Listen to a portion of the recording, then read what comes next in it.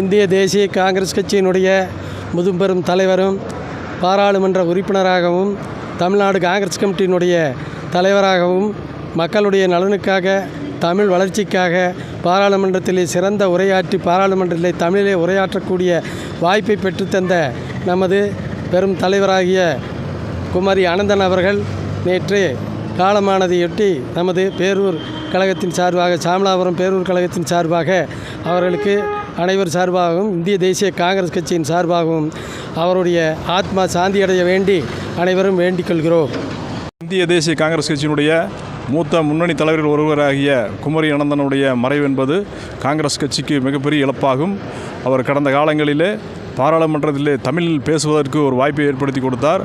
தமிழ்நாட்டிலே தமிழுக்காகவும் பாரத மாதாவிற்காகவும் சிலை அமைக்க வேண்டி நீண்ட நெடிய தூரம் பாத யாத்திரை சென்ற பெருமை அவருக்கு உண்டு. அதுபோக பனை வாரியத்தை ஏற்படுத்தி பனை தொழிலை காப்பதற்காக கடும் முயற்சி எடுத்து அதற்காக பாடுபட்டார். அவருடைய இழப்பு என்பது தமிழ்நாட்டிற்கு மட்டுமல்லாது இந்தியாவிற்கு மாபெரும் இழப்பாகும். சாமலாபுரம் நகர காங்கிரஸ் கமிட்டியின் சார்பாக அவருக்கு ஆழ்ந்த இரங்கலை தெரிவித்துக் கொள்கிறோம்.